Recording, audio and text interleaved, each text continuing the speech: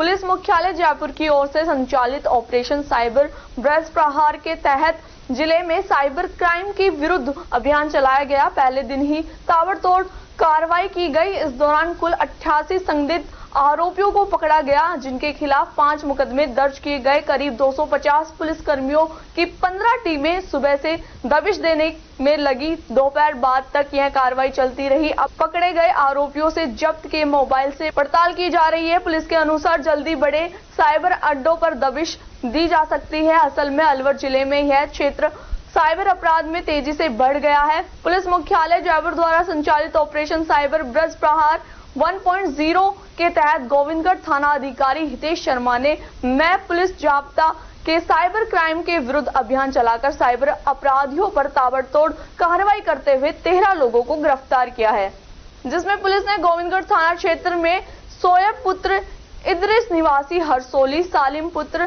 शमसुद्दीन निवासी अलघानी, कासम पुत्र इशाक खान निवासी नाड़का बाड़का, बासत खान पुत्र बरकत निवासी अलघानी, पिंटू राम पुत्र बाबूलाल निवासी खेड़ली, आसम पुत्र फजरू निवासी जगड़का, मोमिन पुत्र रजाक निवासी अटेरना शमशाबाद, जुबेर पुत्र मोहर खां निवासी खेड़ली बहादुर, बिलाल पुत्र बिल्ला निवासी सेमला, आबिद पुत्र कमल खां निवासी फाहरी, आसिफ पुत्र साबुद्दीन निवासी फाहरी, अबूजर पुत्र मजीद निवासी नसवारी और सीए पुत्र कलाम खां दोंगड़ी को गिरफ्तार किया। पुलिस की कार्रवाई की भनक लगते ही कई साइबर अपराधी अपने गांवों व ठिकानों को मौके से छोड़कर फरार हो गए।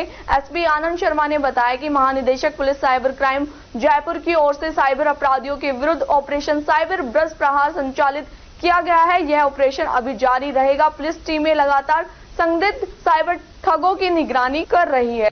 देखिए, पुलिस मुख्यालय द्वारा ये जो है ऑपरेशन वज्र प्रहार साइबर 1.0 चलाया गया।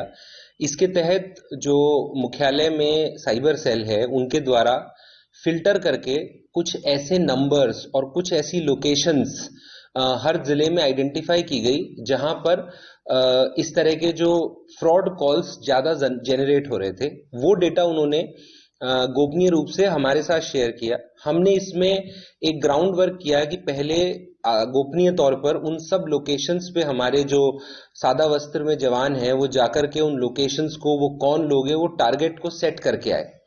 इस प्रकार हमने एक पूरा लोकेशनल डेटाबेस तैयार किया जहां पर हमको रेड करना था। इस ऑपरेशन में काफी गोपनीयता बरती गई ताकि ये लीक ना हो सके।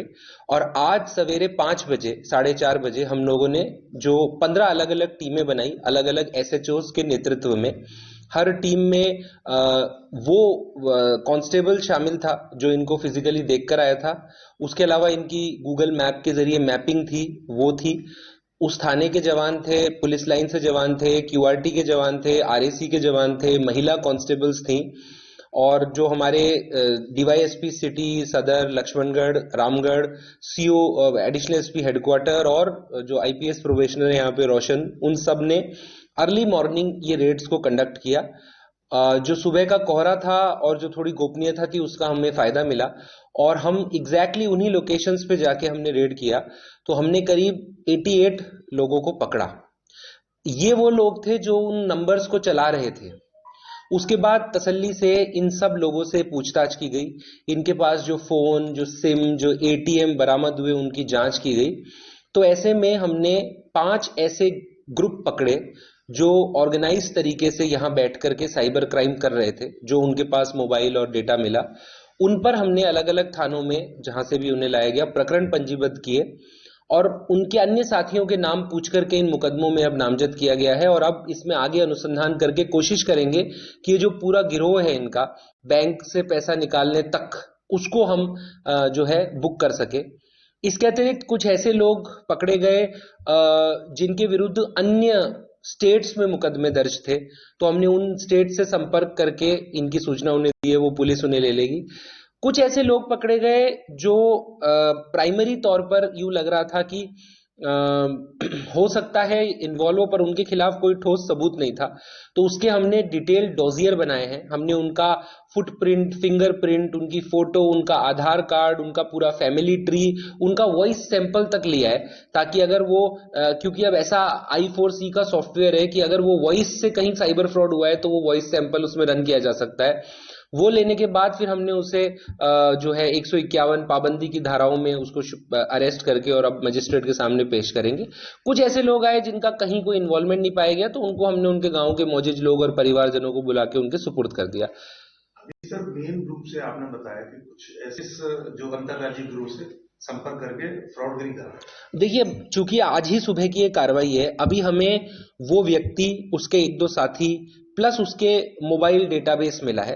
अभी मुकदमे दर्ज करके, चूंकि अलग अलग मुकदमे दर्ज हुए, इनमें जब हम गहनता से जाएंगे तब इस नेटवर्क का जो फॉरवर्ड और बैकवर्ड लिंकेजेस हैं उनका पता लग पाएगा।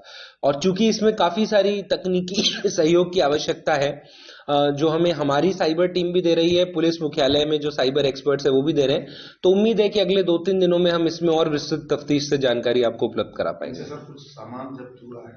इनसे mobile phones, SIM cards, fake IDs और जो कुछ ATM कार्ड्स जैसी चीजें जब्त हुई।